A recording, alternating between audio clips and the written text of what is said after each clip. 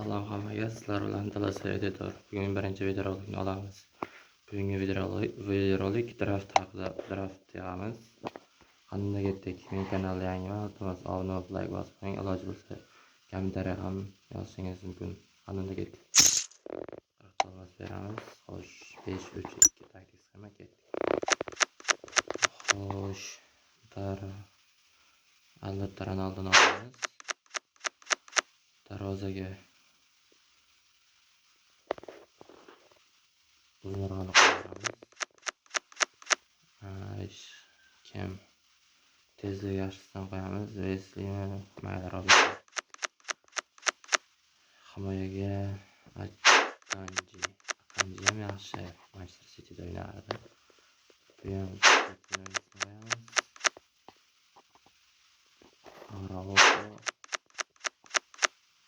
Trentmi, Dumfriesmi? Qani ikkalasidan bittasi. Ikkalasi ham Realning futbolchisi. 81 reytingligini olamiz, nima qilardik? Trentni olamiz. Xo'sh. Bentancur. O'yinchilar chiqardi. Yana Messi.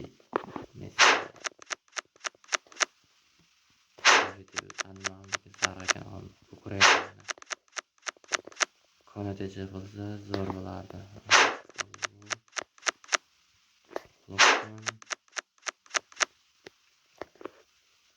Xo'p. Marmush Kunya. Negadir jahon chempionati ko'rmayapti. Sababini bilganlar aytib yuborasizlar. Estivao Chelseaning yoshi bitsa. Hugo Ekitike. Bu ham Fransiyada bormi hozir yo'qmi? Menimcha bo'lsa kerak. Joao Felix.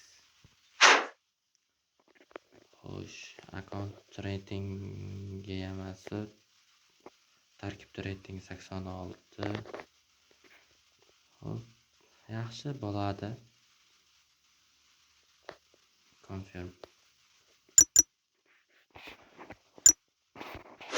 Ronaldo yaxshi kuchaygan, shotlarga chiqibdi. Tezlik 92 yaxshi.